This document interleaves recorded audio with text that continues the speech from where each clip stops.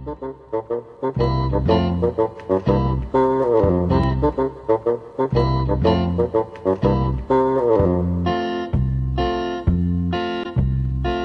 יש ידיד ושמו טינטן, והוא קטן קטון קטן,